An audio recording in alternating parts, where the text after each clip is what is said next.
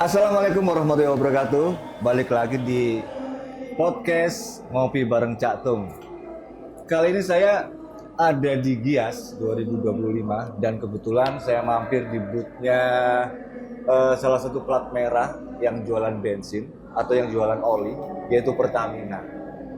Dan kali ini kita bukan kedatangan ya, kita bajak beliau nih. Ada Pak Ari Wibowo, Brand Manager Pertamina Indo. Selamat siang Pak Ari. Siang, ya, Saya manggil Pak apa Om? Om aja lah. Oh Om ya. Lebih enak. Biar lebih lebih kelihatan. Saya Lebih dianggap kelihatan anak akrab. juga nggak apa-apa. Terus ada cewek cantik yang baru lulus SMA kali ini. Betul. Ibu Intan, Manajer Corporate Communication Pertamina Lubrikan. Selamat siang. Selamat Bu Intan. siang, Catung. Sehat selalu. Terima kasih. Kita ngerepotin nih datang ke Enggak boothnya dong, Bang Pertamina. Repot. Kita justru seneng ya. Oh seneng ya. Alhamdulillah. Kopinya lagi dong.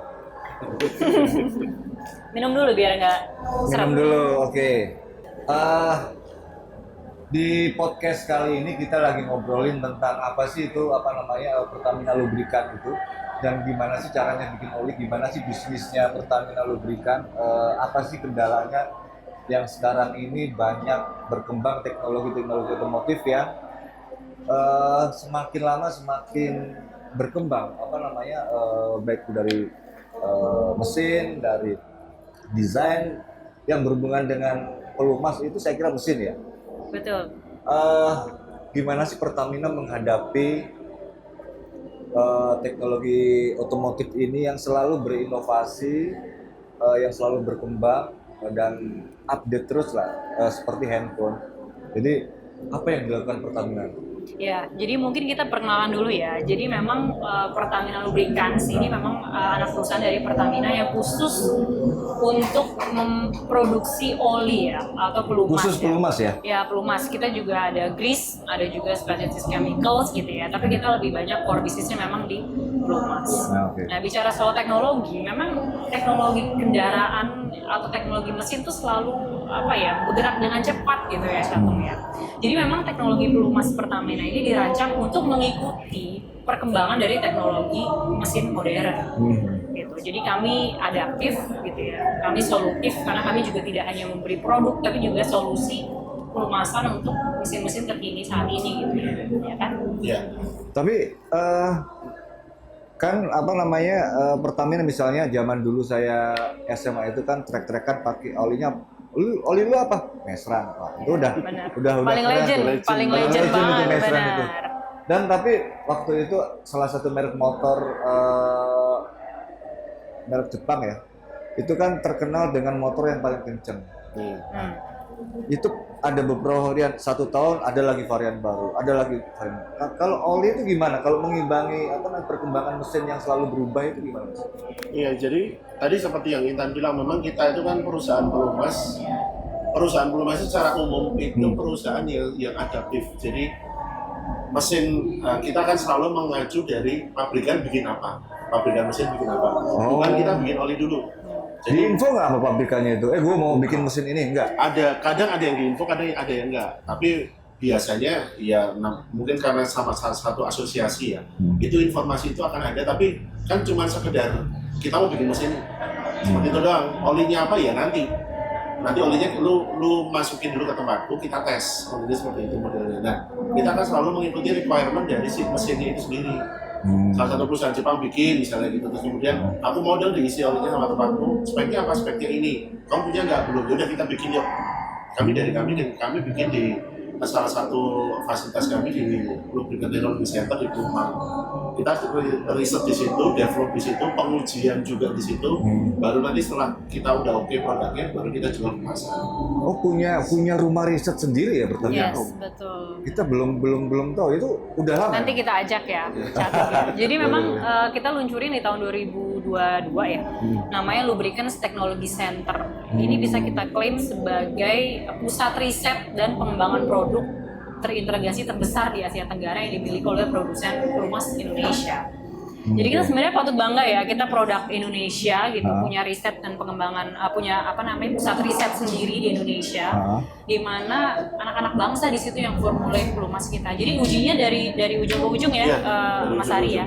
Jadi ada bench test, ada engine test, ada oil analysis juga dan lain sebagainya. Jadi training untuk konsumen aja kita ada di situ. Jadi memang terintegrasi. Dan memang salah satu part pengujiannya itu bukan hanya sekedar uji di lab doang, enggak. Tapi begitu Iya. olinya sudah jadi, kita uji di jalan. Betul. Oke. Di jalan raya menyesuaikan dengan kondisi apa adanya ketika pengguna itu menggunakan kendaraan itu. Jadi mulai kena macet, panas, pergi tengah malam, pergi siang bolong segala macam, kita simulasikan seolah-olah itu memang keadaan nyata yang digunakan sama si pengguna kendaraan itu. Iya. Untuk menguji si pelumas ini sampai setahan apa sih? Selalu seperti itu prosesnya. Itu berbagai mesin kendaraan, Iya. berbagai tipe ya. Iya, Misalnya kalau misalnya 2 tak itu ada merek A, merek B, merek C. betul. Itu dipakai semua. Betul, karena setiap mesin punya karakter beda-beda, punya spesifikasi beda-beda. Kita akan mengikuti spesifikasi masing-masing itu. Berarti Contoh- variannya banyak juga ya. Sangat banyak sekali. Seperti kayak gini-gini nih ya. Ya, ini ada Fastron, ada Enduro, variannya sangat banyak sekali. Kalau di motor tuh kita punya di kendaraan apa konsumen ya, kita punyanya itu ada oli motor, oli mobil, oli untuk kendaraan niaga, truk bis dan segala macamnya. Terus kelengkapan untuk kendaraan niaga sendiri itu sendiri, misalnya oli gardan, Oh, oke. oli gearbox dan segala macam, kita punya semua.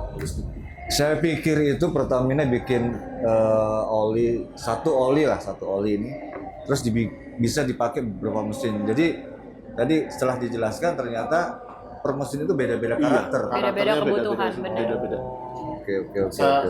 Satu negara pabrikan kendaraan itu punya bahkan satu negara ya, satu negara pabrikan itu dia punya dua tipe mesin dan dua kebutuhan pelumas yang berbeda. Kayak ya kalau kita boleh nyebut merek nggak sih, misalnya Honda gitu, Honda dengan Yamaha itu kan spesifikasinya pasti beda. Boleh nyebut merek di sini bebas. Oh, Honda dan Yamaha itu punya spesifikasi beda.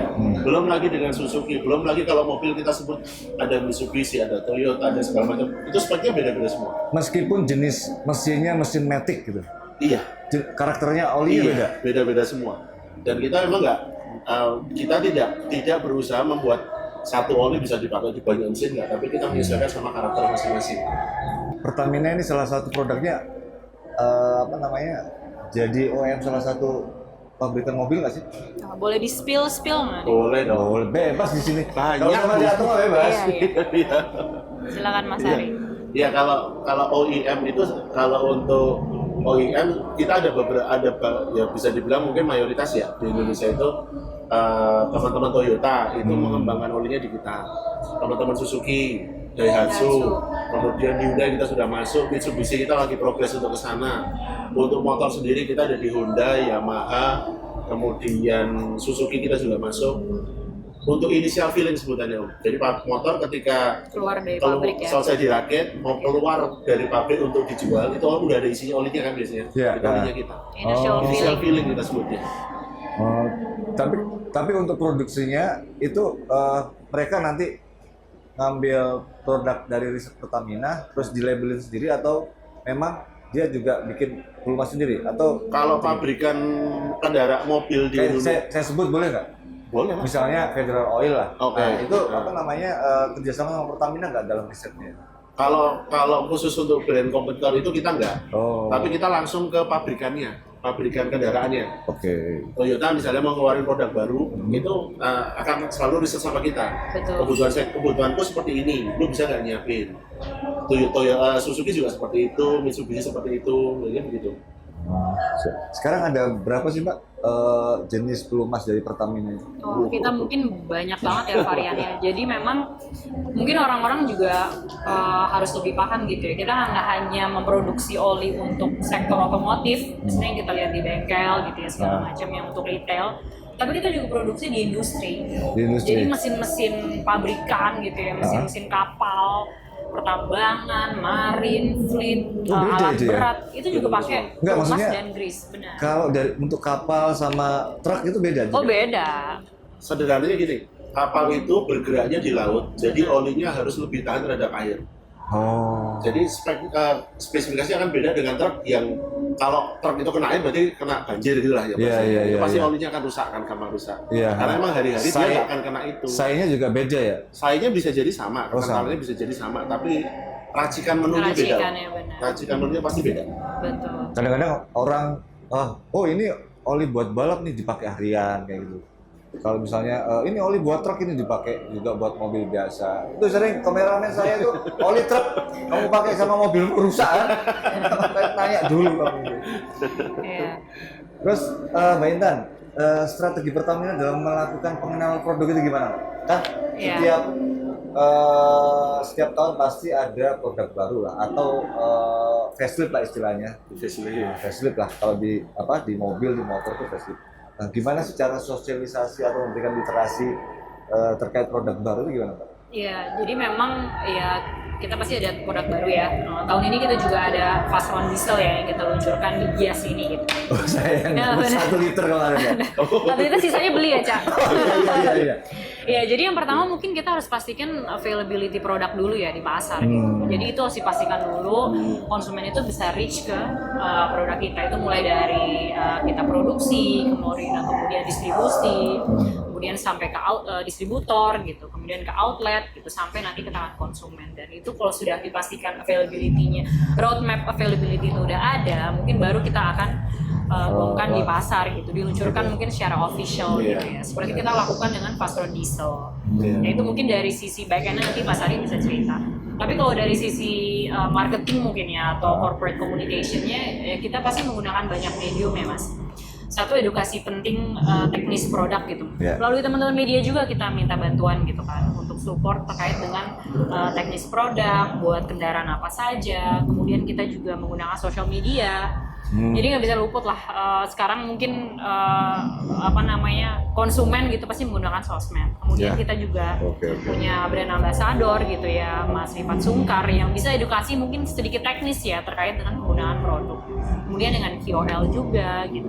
Jadi macam medium lah ya. Macam strategi juga dilakukan juga. Betul, ya. 360 communication kita lakukan. Gitu. Jadi ini kombinasi dua fungsi sebenarnya di tempat saya, dalam hal ini tempat saya sama tempat Intan.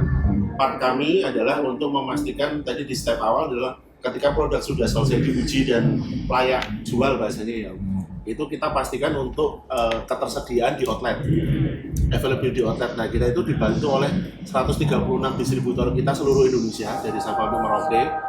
Dan kita juga punya, kalau distributor itu tiba-tiba mau jual stoknya habis, kehabisan di gudangnya dia, kita punya 25 gudang tersebar di seluruh Indonesia. Jadi nanti distributor tinggal beli di gudang kita kalau memang membutuhkan.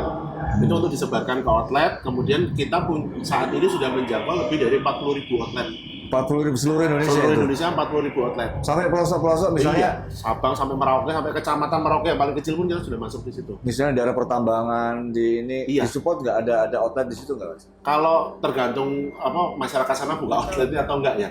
Tapi kalau buka biasanya kita tetap akan masuk ke situ. Nah setelah kita memastikan availability-nya ada semua, baru kita menganggap ini sudah layak untuk di launching. Kita akan collab sama Intan. Intan ini udah siap di launching nih. Jalankan step berikutnya, bikin promo dengan media dan segala macamnya. Nanti setelah di launching, kami balik lagi ke kami untuk kita bikin program promonya untuk end user, program promo untuk outletnya supaya outletnya bisa beli lebih banyak lagi dan segala macamnya. Jadi stepnya selalu begitu. Tadi mumpung saya masih ingat kita balik ke belakang masalah lab tadi, pengujian tadi. Pernah nggak sih ngelibatin pengguna dalam hal ini pembalap? Kan waktu itu saya pernah dengar ada kerjasama dengan salah satu merek mobil supercar ya. Betul. Ini Official technical partner Lamborghini Skoda Corse. ini sejauh mana dilibatkan? Apa sih yang diambil dari para pembalap? Aku ya, oke. Jadi kalau untuk kerjasama kita dengan global partnership kita sebutnya ya dengan Lamborghini dalam hari ini Lamborghini Squadra Corse, itu step awalnya adalah kita sama balik lagi Om, kita ngelihat kebutuhan si Lamborghini apa. Cak dong jangan. Oh iya Cak, sorry. Oh iya Cak, sorry Cak. kita lihat ke speknya Lamborghini apa, kemudian kita kembangkan di research and development kita kasihkan ke Lamborghini, nih spekmu sudah sesuai nih, tes dong. Kalau kemudian dia tes melalui tahapan tes yang mereka punya, akhirnya dinyatakan oke nih go, kita bisa go dengan ini. Lahirlah produk di sini ada itu yang warna hitam, Cak. Yang Faston Platinum Racing. Platinum Racing 10W60 itu dikembangkan bareng sama Lamborghini di pabriknya sana di Bologna. Oh, saya kira di Kediri.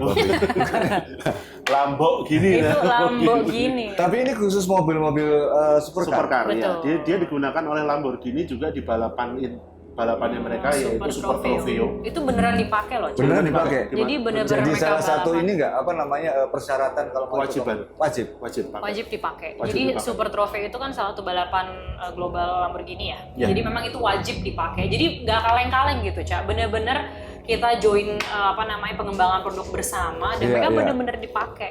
Bangga Di kita mobil juga ya balap produk mereka. Indonesia Benar. dipakai secara global ya. Iya. Betul. Luar biasa. Nah ini rencana kami adalah dengan kita punya mimpi besar untuk bisa masuk ke ranah MotoGP. Iya. Makanya kita dengan Enduro dengan VR46 Racing Team, Hah? kita juga melakukan pengembangan produknya juga saat ini. Di MotoGP maksudnya mau masuk, Masuk jadi sebagai oli yang digunakan untuk balapan oh, oleh si VR46 Racing Team. bukan untuk klubnya yang apa namanya kayak klubnya Rossi atau Bisa klubnya- jadi ya nanti arahnya ke situ dipakai untuk digunakan untuk balapan. Kok am jadi cak ya. Jadi memang Salah. mimpi kita adalah Iya. bisa menembus itu ya, maksudnya digunakan di ajang balap MotoGP. Tapi saat ini pun kita sudah approved by VR46 Racing Team. Jadi approved by dalam arti mereka sudah mencoba oli kita. Mereka kan punya Riders Academy ya. Nah itu dicoba waktu itu di Mandalika gitu dengan oli kita. Kemudian kita juga kan mengirimkan 5 pembalap Indonesia nih, talenta muda Indonesia ke Italia. Nah berbagai on the road-nya gitu ya, nanti di sana pelatihannya tuh menggunakan oli dari Enduro. Iya. Oh. Semua Jadi memang pakai. approved by. Cuma kalau emang tadi masuk MotoGP mungkin mimpi kita ke arah situ. Boleh lah mimpi. Boleh mimpi gratis lebih kok. bangga kita. Ya nggak? Iya. Iya. Karena kita percaya speknya udah masuk dipakai, Benar. Cak. Kemarin Januari tahun lalu 4 rider dari yang berlaga di MotoGP ya, si Pecco Bagnaia, Luca Marini, Marco Bezzecchi sama satunya Bukan ya? si Supri.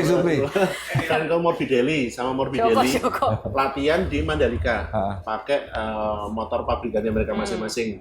Itu olinya benar-benar pakai kita. Bener-bener Benar-benar dipakai. pakai kita. Karena mereka kan datang ke sini bawa motor nggak bisa bawa oli kan, makanya kasarnya begitulah. Oh. Kita terus dia request ke kita gunakan oli kita yang kita jual di pasaran umum juga. Itu dia gunakan. Bangganya kita adalah kita bisa motor itu bisa tembus di 269 km per jam di 16.000 rpm dan Buset. tidak ada kendala apapun. Karena kan testimoni dari ridernya olinya nggak ada apa-apa kok, nggak ada masalah. Dia gunakan berulang. Luar biasa. Jadi intinya apa sih Adan? Kualitas. Kualitas. Benar. Bahwa kualitas kita sudah globally approved gitu. Iya. Iya. Iya kalau apa namanya strategi Pertamina untuk membuat suatu produk itu nggak kaleng-kaleng juga ya. Dia juga ngelebatin merek supercar yang lain Iya. untuk Iya. ikut dalam kancah penelitian itu juga. Lanjut dengan pertanyaan selanjutnya nih Mbak. Ini sekarang kan melihat perkembangan mobil listrik semakin banyak ya. Sekarang sudah data Gaikindo itu hampir 10% penjualan mobil listrik menguasain di pasar ICE. Tidak menutup kemungkinan nanti pasar mobil ICE ini, tapi nggak tahu kapan, pasti akan berkurang lah mobil listrik. Gimana Pertamina itu nantinya? Apakah masih, kan kita tahu kalau misalnya mobil listrik itu pelumasnya kan nggak ada ya Pak ya? Ada paling buat pelumas baut, itu mungkin ya. Kecil Kecil, sekali kecil, volumenya kecil. ya. Nah, gimana Pertamina lubrikan ini nanti ke depannya Pak? Ya kami nggak bisa pungkirin ya, memang trennya kan terus meningkat gitu. Tapi at the same time, Cak, industri pelumas di Indonesia pertumbuhannya juga masih tumbuh gitu setiap tahunnya gitu. Ini masih sekitar 2,5% gitu setiap tahun kebutuhan pelumas itu terus tumbuh. Kita ngomongin general ya, jadi otomotif, sektor industri gitu ya, itu tetap tumbuh setiap tahunnya gitu. Jadi memang ya mungkin Indonesia sebagai negara berkembang gitu ya, mungkin negara Asia lainnya memang tren mobil listrik tumbuh, tapi kan mungkin nggak secepat itu dibandingkan dengan negara-negara lainnya gitu kan. Kita masih melihat pertumbuhan itu sehingga kita masih sangat-sangat optimis gitu kan dengan kebutuhan pelumas dari Pertamina gitu. Kita lihat industrinya tetap tumbuh gitu. Tapi ada gambaran nggak sih kalau misalnya ada plan A atau plan B misalnya, ini kan kita juga nggak nyangka kalau tahun 2025 ini tiba-tiba booming udah 10%. Padahal kemarin 2023 masih di bawah 5%. Nah, kita kan nggak nyangka ternyata sampai sebanyak ini. Ya meskipun masih istilahnya masih di bawah lah untuk mobil ICE. Ada plan nggak sih? Jadi memang dari Pertamina Lubricants kita open to ini ya, inovasi ya. Jadi mungkin kita kedepannya mungkin nggak dipungkiri kita melakukan riset, mungkin kita cari collaboration, cari partnership untuk pengembangan kebutuhan untuk EV gitu. Tapi sekarang kita juga udah mulai ini kok, memperlebar portofolio bisnis kita gitu. Jadi nggak hanya jualan pelumas gris gitu. Kita juga jualan auto care, kita ada specialty chemicals gitu. Jadi bisnis kita kita mau ngembangin portofolio produk kita di beyond lubricants gitu. Nah, itu mungkin salah satu strategi bisnis lah ya untuk dengan ancaman EV ini gitu ya. Tapi mungkin kita nggak ngeliat sebagai ancaman juga ya. Opportunity kita untuk bisa nanti ke depannya yaitu inovasi, cari partner, kolaborasi gitu ya dengan produsen-produsen EV gitu ya. Jadi itu jadi nge-push kita ya supaya bisa nanti inovasi gitu. Kami pun kalau bicara tentang EV, kita saat ini memang mungkin belum masuk ke segmen mobilnya, tapi kita sudah mulai menjajaki untuk masuk ke pabriknya. Maksudnya? Pabrik. Jadi mobil EV itu kan selalu misalnya dirakit di Indonesia itu kan pasti butuh beberapa banyak peralatan yang memang mendukung untuk perakitan itu kan. Oh iya. Kita support di industrinya ya berarti. Di industrinya. Butuh oli itu. Ya itu pasti butuh oli. Pun nanti ketika mobil EV itu sudah banyak terjual, kita juga akan masuk di service centernya itu pun kan juga butuh banyak pelumas selain pelumas untuk mobil itu sendiri kan. Untuk peralatan misalnya bersihin apa segala macamnya, special chemicalnya kita support di situnya.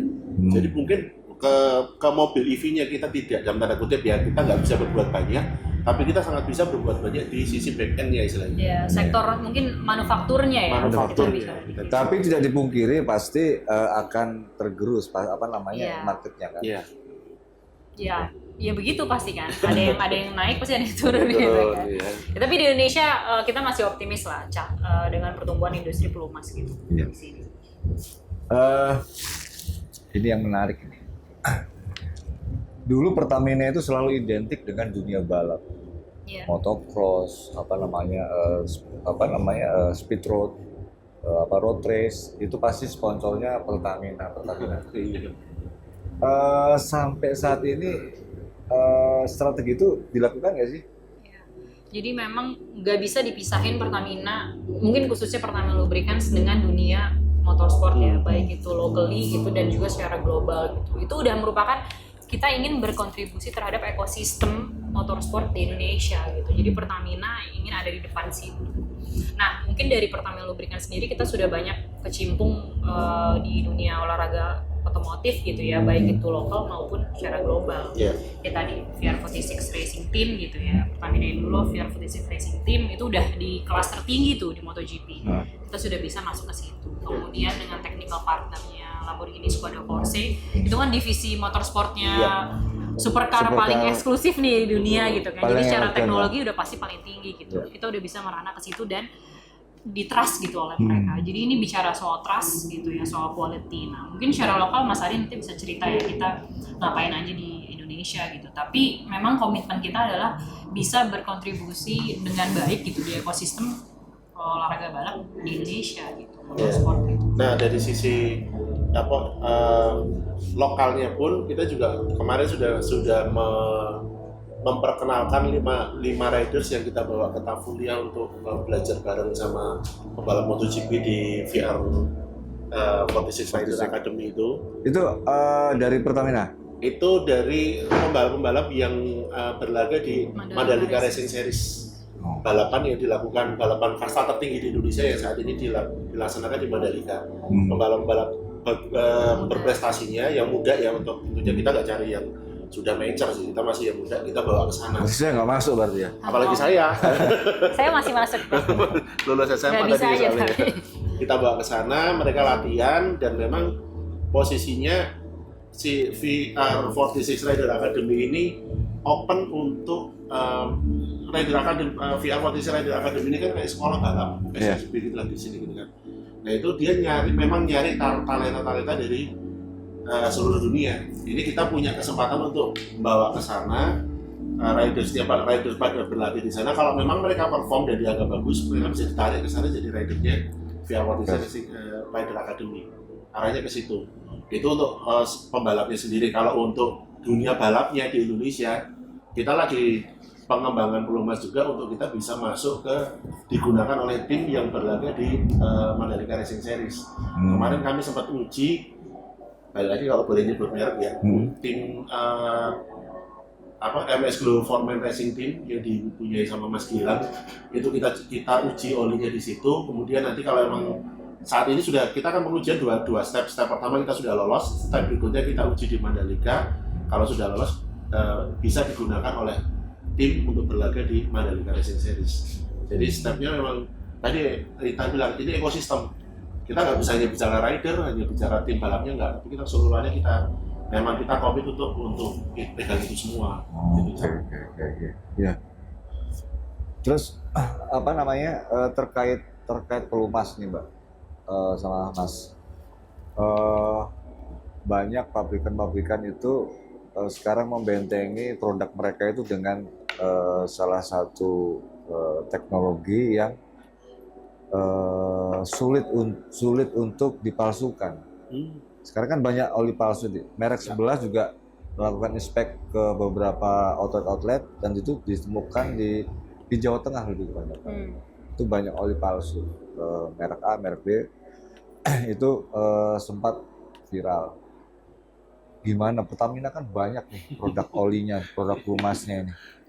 Gimana sih membentengi untuk pemalsuan oli ini? Kan kasihan juga, ini motornya kameramen saya itu juga kemarin jebol karena pelumas palsu. Iya, Pertamina sangat concern ya, ini memang merupakan salah satu isu yang besar untuk Pertamina Lubricants yang harus kita hadapi gitu. Dan mungkin saya juga sudah keliling Indonesia gitu ya untuk berbagai isu terkait dengan pelumas palsu, misalnya kayak penggerebekan, penemuan pabrik, penemuan gudang oli palsu. Itu saya udah cukup keliling lah ya untuk melihat volumenya atau isunya itu sebesar apa, dan memang sangat besar gitu. Dan itu menjadi concern kita. Tapi yang pertama, kita punya beberapa langkah. Yang pasti kita mengikuti proses hukum. Kita dukung aparat penegak hukum untuk menindaklanjut. Jangan menindas ya, kecom banget ditindas. Menindaklanjut proses hukum gitu ya, ketika sudah menemukan indikasi oli-oli palsu gitu ya. Jadi kita support APH dalam hal ini, bahkan kita mendorong ya supaya prosesnya bisa sampai tuntas gitu. Jadi kita sering jadi saksi ahli, kita sering jadi saksi gitu ya.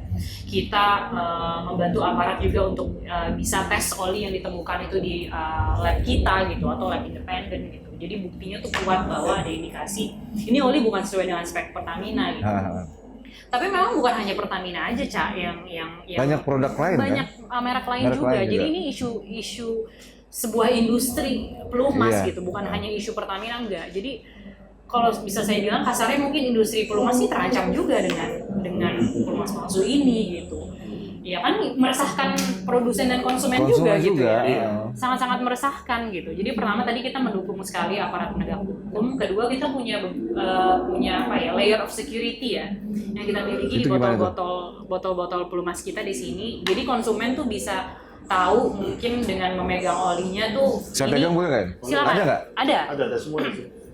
Misalnya indikasi oli dari keluaran Pertamina atau enggak ya. Mungkin pertama kita bisa lihat dari wah ini belum ditembak. Mungkin yang udah yang itu tuh.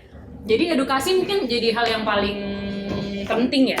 Yang pertama mungkin kita lihat nih misalnya tuh mau beli gitu ya di bengkel gitu. Jangan langsung serahin aja gitu. Karena kita tertarik harganya murah. Nah itu dia, jangan terkecoh dengan harga murah gitu. Ujungnya mau hemat tapi ujungnya tuh boncos kan. Kalau misalnya beli oli yang nggak sesuai spek gitu. Yang pertama kita bisa lihat nih Ca, ini ada batch number ya di sini ya. Ini dia ada dua batch number atas bawah dan ini harus sejajar gitu. Dan nomornya harus sama. Dan mungkin kalau misalnya lihat ini sama ini ya? Ya benar atas bawah gitu. Jadi di ininya di capnya sama sih di bawah sini.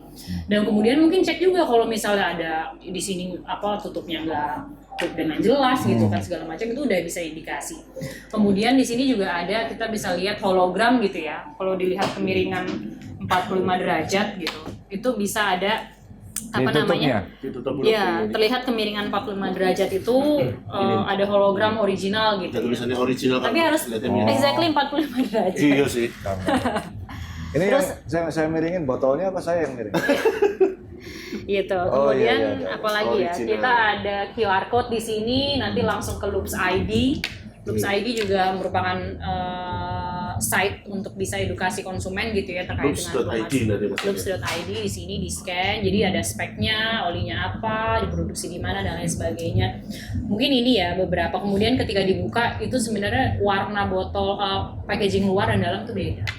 Jadi sebenarnya dan kita terus mengikuti perkembangan gitu ya supaya security system ini terus terupdate. Ini warna ini luar dan dalam beda. Ini kan luarnya abu-abu begini. Triple layer ya kita ngomong. Dalamnya tuh lebih beda warna dengan yang luar. Lebih mudah. Kelihatan nggak? Kelihatan. Oke. Tipis sih, itu namanya teknologinya triple layer. Terdetek gitu dan kita terus update lah security system ini. Jadi mungkin berharap kayak kita ke bengkel gitu, kita beli oli, ya kita sebagai konsumen juga punya tanggung jawab untuk pastiin gitu oli yang kita beli itu